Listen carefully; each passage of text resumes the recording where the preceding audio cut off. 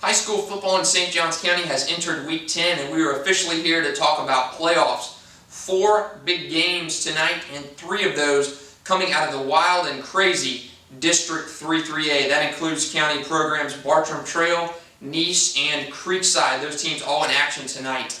And that district right there is as cloudy as it has been all season. Clay, the front runner after a huge win over Creekside last week. A Clay victory tonight against Nice would give the Blue Devils the district championship in a home playoff game for the first round of the playoffs on November 20th. But it gets a little murky after that. If Nice wins tonight and the Bartram Trail also finishes with 1 loss, that means a 3-team shootout for the district championship and the district runner-up spot between Clay, Nice, and Bartram Trail.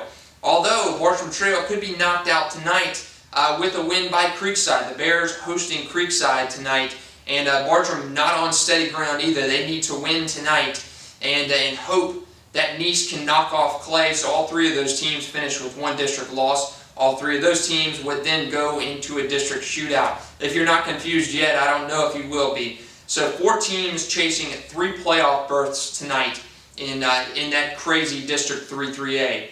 And we're going to have some answers, hopefully, after the Friday night games involving those county teams. The most likely scenario, Clay winning the district championship with the win.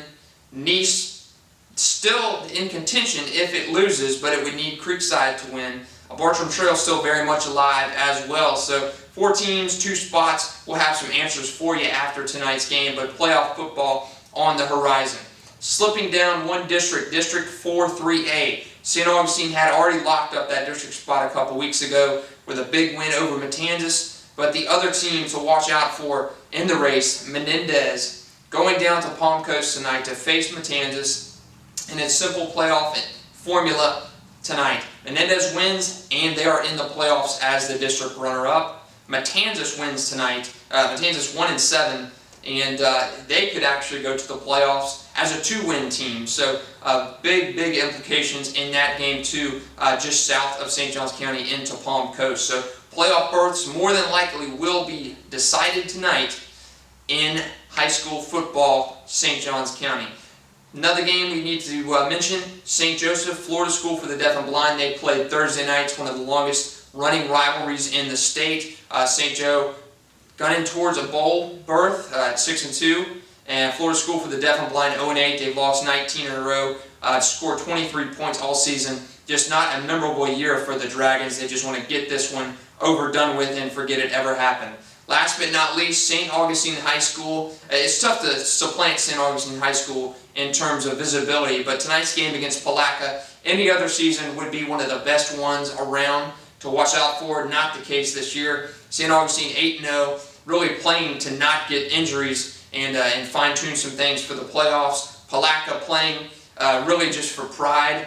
0-8. They're already assured of one of the worst program finishes since about the 1920s. No Palatka team has ever gone 0-10 in a season. This year's Palatka team is fighting to stay out of the dungeon. 2 wins in the regular season would really turn things around for Palatka, but it doesn't look hopeful for the Panthers. Next week we will come to you and really hopefully talk about first-round playoff matchups, even though there's still 1 week to go in the regular season. But definitively, we will have some more playoff answers for you coming up in Week 11 in St. Johns County football.